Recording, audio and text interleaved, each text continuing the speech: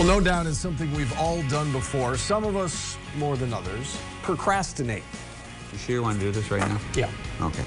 Whether it was middle school, high school, college, or even now, all of us tend to put things off from time to time. Today, we're joined by author and life coach David Essel, who has advice on how to fight back against this addicting bad habit. Good morning, David. How are you? Hey, Steve and Tim, your response was perfect. Are you sure you want to talk about this right now? That is just awesome. It's something that we all face, too often. Yeah. Well, and, and I don't like to blame everything on the pandemic, but since the pandemic, the procrastination has become the #1 addiction in the world. I mean, if you look at the number of people, we can go back to people that procrastinated forever and they had health issues to get the vaccine if it was the best move for them, and they waited. We have people coming into the office every week that I have these extra 50 pounds. I haven't done a thing. I keep saying I'm going to get up in the morning and walk. I'm not. I've been drinking more. I want to stop that. I've been procrastinating on getting help for my marriage, or even grief, guys. Oh, my Lord, so many people have lost family members over the last 3 years, and they're delaying getting into the grief process. So, I mean, procrastination is all over the place, and we really need to take it seriously because of the negative impact it has, huge negative impact on our life. So, David, I've worked in the news business 20+ years. I was just telling Tim before you came on that I procrastinate, but I tell people I just need deadline pressure. Like, if I have a deadline, I'll get it done before the deadline. But sometimes I need that deadline to motivate me. So, is that it's a form of procrastination, right? And yeah. If so, how can you help out somebody like me? Okay, well, you can't, Steve. Beyond help. Just kidding. Okay. First of all, what you become accustomed to is the adrenaline rush, Steve, and that's what a lot of people do, and we don't know it. I always talk about the conscious and subconscious mind. The conscious mind is not one that's going to say, I really love that rush of having the pressure at the last second.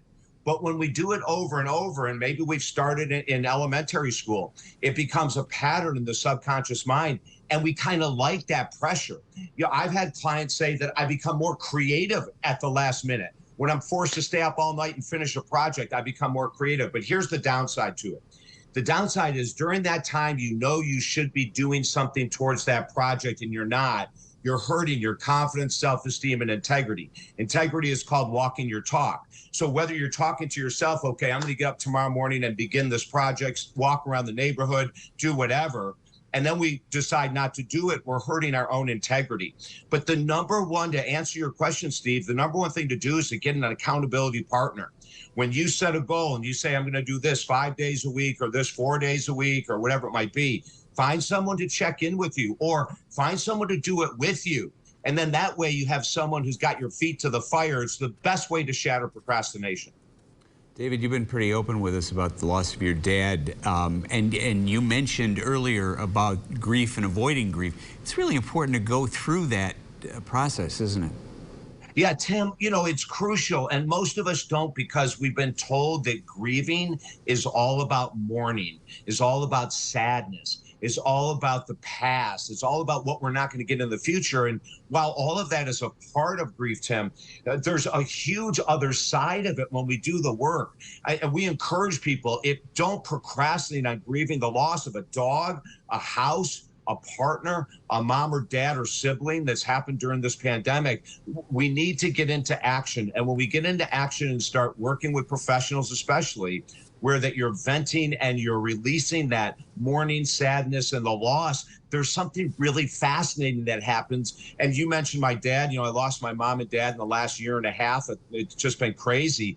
But what's happened, because I work the program that I teach every day, is that I've gotten to this place of, yes, I still have moments of tears and sadness, but there's more moments of, oh my God, I remember when I did this with my mom and she was so loving. And when my dad didn't rip my head off, when I tore the car door off at 16, he actually had patience with me. I look at those, and that's part of grieving too, celebrating those moments. So we have to change the approach to grieving. And I think if we do, Tim and Steve, we'll see less procrastinating on those most important topics.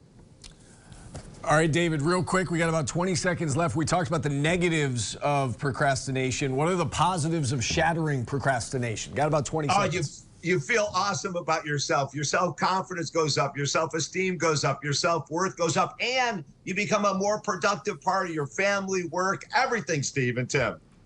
Great stuff, David, as always. Great advice, and I'm glad I could be helped, because I certainly need it, especially on this topic. To learn more about David Essel or to purchase one of his books, visit davidessel.com.